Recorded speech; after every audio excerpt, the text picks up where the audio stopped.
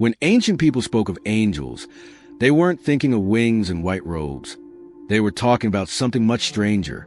Long before Renaissance painters softened their features, angels were beasts of glory and dread, creatures of flame, watchers with 1,000 eyes, intermediaries who shattered mountains with their voices.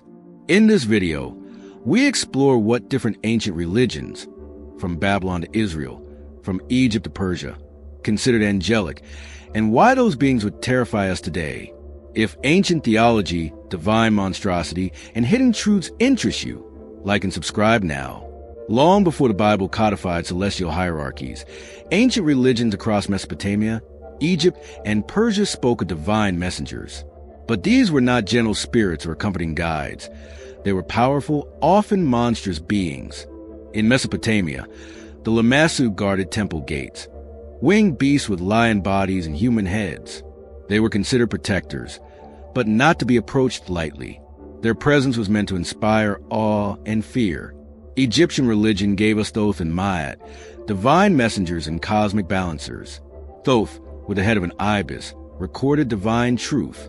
Maat, with a feather as her symbol, judged the hearts of the dead. They were not angels, but they performed similar functions, witnessing, transmitting, weighing. In Zoroastrianism, the Amshas, Spentas, and Yazatas were spiritual entities created by Ahura Mazda to oversee creation. They wielded divine authority and cosmic responsibility. Some were associated with fire, others with order or destruction. None of these beings resembled the haloed figures in stained glass.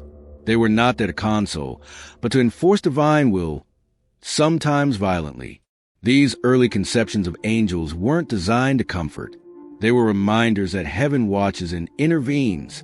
If the angels of ancient religions were terrifying, the ones described in the book of Enoch were even more so, because they fell.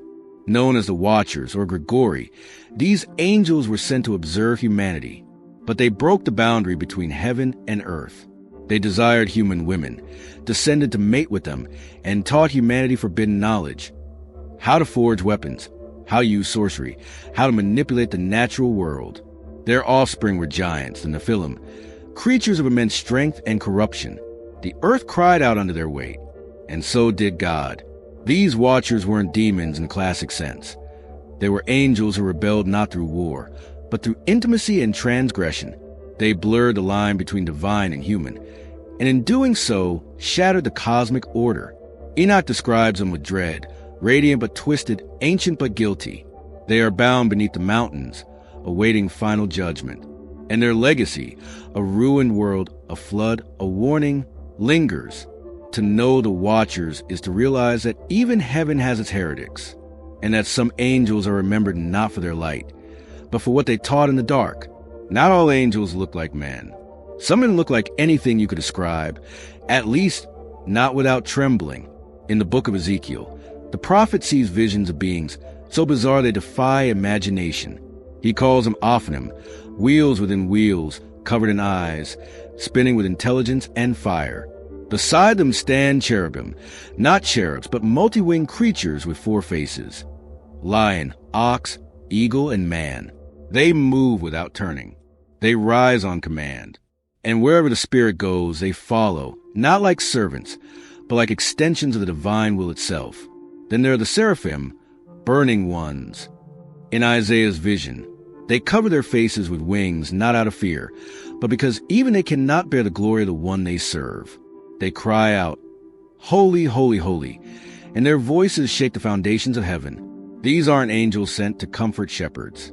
They are living symbols, engines of divine energy. And when they appear in visions, they don't bring peace, they bring collapse. To see them is to fall flat, speechless. To try and describe them is to admit that language was never meant to contain the sacred. Ancient texts often speak of angels not as messengers with soft words, but as voices that shattered silence and reality.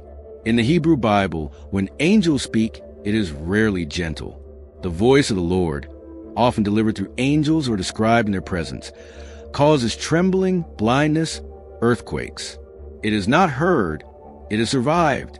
When Moses ascended Mount Sinai, the mountain shook. Trumpets blared from nowhere. The people below begged for the voice to stop. They were terrified, not of war, not of wrath, but a holiness too loud to bear. The book of Daniel describes angelic figures whose voices make men fall to ground, trembling and mute. The book of Revelation describes thunder, rushing waters, and sevenfold trumpets, each not a signal, but a weapon. In apocalyptic literature, angels are sound incarnate, each word a blow, each breath a revelation too terrible to endure. Their speech is fire and storm and finality. To be addressed by one was not an honor.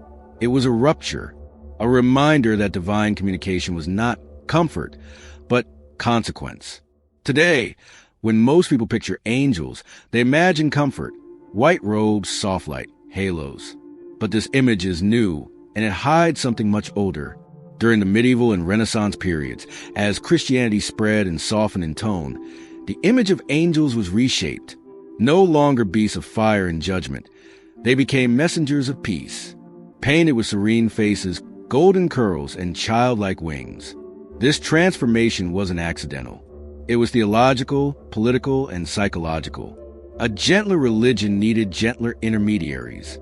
The fearsome presence of the divine was recast as a source of comfort and reassurance.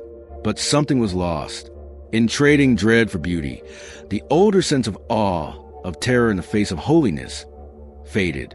The angels of old, the ones who shook mountains and blinded kings, were buried under paint and poetry. And yet, echoes remain. In ancient texts, in visions too wild for liturgy, in myths too dark for sermons. Perhaps the most frightening angels are the ones we've tried hardest to forget.